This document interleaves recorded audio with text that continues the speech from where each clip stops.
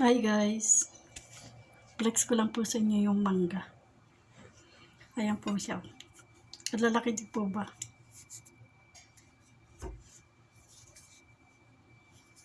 Ayan po.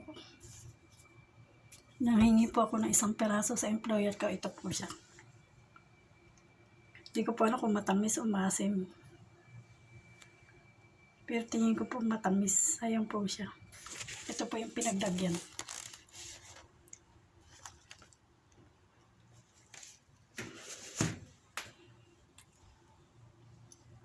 Ang lalaki di po ba? Sarap. Minsan lang po ako makakain yan. 1 year in 1 month. Ayan po siya. Salamat po and God bless po sa atin lahat. Ayan po ang totoo. Kami mga taga-Saudi, sabik po sa ganyan. Yung pong walang labas. Salamat po and God bless po sa atin lahat.